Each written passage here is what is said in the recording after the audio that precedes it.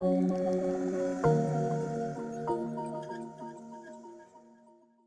to our What's New in 2020 series.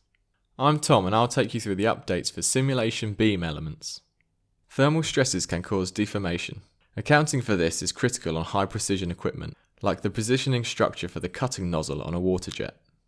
Simulation users know the performance gained by leveraging appropriate mesh types, solids, shells, and beams when doing assembly analysis.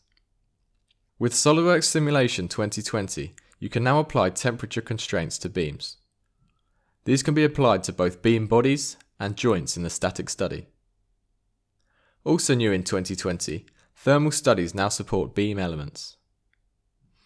In addition to the temperatures, you can apply convection, heat power and flux, even radiation to beams. Matching existing functionality, the results from the thermal study can be used as input to a static study, with the same mesh for both steady state and transient thermal studies.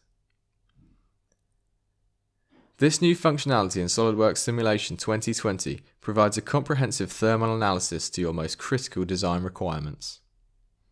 To summarize the updates to simulation beam elements in SOLIDWORKS 2020, you can now perform a static study with temperature, perform thermal studies with beams, and produce thermal results in static studies. All these updates provide support for real-world conditions.